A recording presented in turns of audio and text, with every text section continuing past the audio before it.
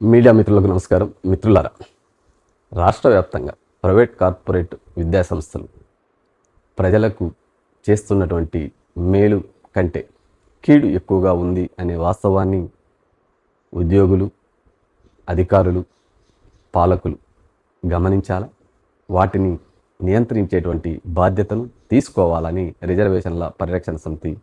వ్యవస్థాపకులు డాక్టర్ పోతుల నాగరాజు మీడియా ద్వారా ప్రభుత్వాన్ని డిమాండ్ చేస్తూ ఈరోజు రాష్ట్ర వ్యాప్తంగా నారాయణ, చైతన్య, భాష్యం, కేశవరెడ్డి ఇలా రకరకాల గ్రూప్ సంస్థలను ఏర్పాటు చేసుకొని వేల కోట్ల విద్యను వ్యాపారం చేస్తూ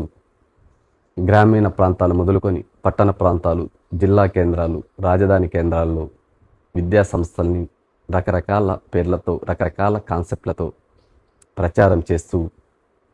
పేద ప్రజలకు ఉచితంగా విద్యను అందించాల్సినటువంటి ప్రభుత్వం ఈ కార్పొరేట్ నయా దోపిడీకి అండగా నిలబడి వారికి చట్టబద్ధంగా ఈరోజు నారాయణ విద్యా సంస్థల అధినేత రాష్ట్ర క్యాబినెట్లో కీలకమైనటువంటి వ్యక్తి, భాష్యం విద్యా సంస్థల అధినేత అత్యున్నతమైనటువంటి రాజ్యసభ సభ్యత్వం పొందారు. ఇలా కేశవరెడ్డి లాంటి ఆర్థిక నేరగాడు విద్యా సంస్థలను ఏర్పాటు చేసి విద్యను వ్యాపారం చేస్తూ ఉన్నారు. ఇంకా చైతన్య, వీరు విద్య ద్వారా పేద ప్రజల్ని మరింత పేదలుగా మారుస్తూ చివరికి ప్రభుత్వ ఉద్యోగుల శ్రమను కూడా దోచుకునేటువంటి జలగల్లా రాష్ట్ర వ్యాప్తంగా విస్తరించి విద్య వ్యాపారం ద్వారా సమాజానికి పెద్ద చీడను, చెడుపును తీసుకొస్తున్నటువంటి వీరు నిజంగా ఒకటే డిమాండ్, వారి విద్యా సంస్థల్లో పనిచేస్తున్నటువంటి అర్హత కలిగినటువంటి ఉపాధ్యాయులకు వారు ఇస్తున్నటువంటి వేతనాలు, వారు చేయిస్తున్నటువంటి శ్రమ దోపిడీ, ఉదయం 7 గంటల నుంచి రాత్రి 8 గంటల వరకు ఆ ఉపాధ్యాయుల్ని రకరకాల పేర్లతో క్లాసులు చెప్పిస్తూ వారి శ్రమను దోచుకుంటూ కనీసం వారికి వేతనంలో ఏమాత్రం ఆ కుటుంబాన్ని పోషించుకోలేనటువంటి దుర్భరమైనటువంటి దుస్థితికి అక్కడ పనిచేస్తున్నటువంటి అధ్యాపకుల్ని తీసుకొచ్చేటువంటి కుట్ర జరుగుతోంది. మరొక వైపు ప్రజల్ని ప్రీ నర్సరీ నుంచి 2.5 సంవత్సరాల పిల్లవాంతో 50,000 నుంచి 2.5 లక్షల రూపాయల వరకు ఫీజు వసూలు చేసి రకరకాల పేర్లతో విద్యార్థుల తల్లిదండ్రుల యొక్క సెంటిమెంటును క్యాచ్ చేసుకుని తల్లిదండ్రుల యొక్క శ్రమను ఆర్థిక దోపిడీకి గురి చేస్తూ ఇలా ఒకవైపు చదువుకున్నటువంటి విద్యావంతుల్ని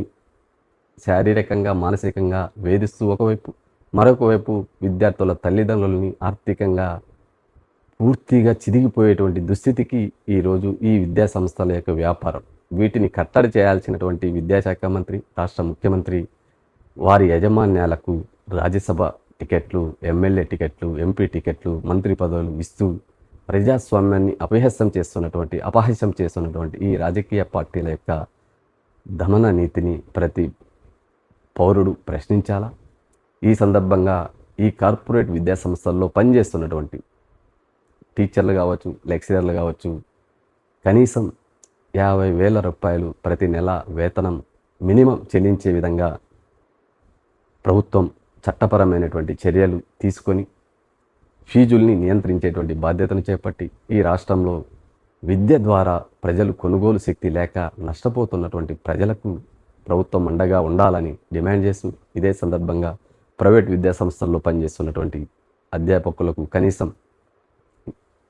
ఉపాధ్యాయులకు 25,000 నుంచి 50,000 రూపాయల వరకు వేతనం చెల్లించే విధంగా ప్రైవేట్ యాజమాన్యం కూడా చర్యలు చేపట్టాలని, ఈ విధానాన్ని అక్కడ పనిచేస్తున్నటువంటి ఉపాధ్యాయులు, లెక్చరర్స్, యాజమాన్యాల మీద ఒత్తిడి తీసుకొచ్చే ప్రయత్నం చేయాలని, వారికి అన్ని విధాలుగా లీగల్గాను, చట్టబద్ధంగాను పాలకుల దృష్టికి తీసుకెళ్లే బాధ్యతను రిజర్వేషన్ల పరిరక్షణ సమితి చేపడుతుందని, వారికి అన్ని విధాల అండగా ఉంటుందని, ఈ కార్పొరేట్ యాజమాన్యాలు చేస్తున్నటువంటి దోపిడీకి, వంచనకు ఎదురెడ్డి నిలబడేటువంటి చదువుకున్నటువంటి విద్యావంతులు బయటికి రావాలని, ప్రశ్నించాలని కోరుతూ ప్రభుత్వం ఈ యొక్క దోపిడీ వ్యవస్థ పైన కఠినమైనటువంటి చర్యలు చేపట్టాలని, అది అనంతపూర్ మొదలుకొని శ్రీకాకుళం వరకు ప్రతి చోట కార్పొరేట్ దోపిడీని, కార్పొరేట్ వ్యవస్థల యొక్క ఆర్థిక దోపిడీని నిలవరించేటువంటి బాధ్యతను ఆ యాజమాన్యాలకు, విద్యను వ్యాపారం చేసేటువంటి యాజమాన్యాలకు, వైద్యాన్ని వ్యాపారం చేసేటువంటి యాజమాన్యాలకు రాజకీయ పార్టీలు టికెట్లు ఇవ్వకోకుండా, విద్యను వ్యాపారం చేయకోకుండా చేసేటువంటి వ్యవస్థను ప్రతి ఓటరు, ప్రతి పౌరుడు, ప్రతి బహుజన బిడ్డ ఈ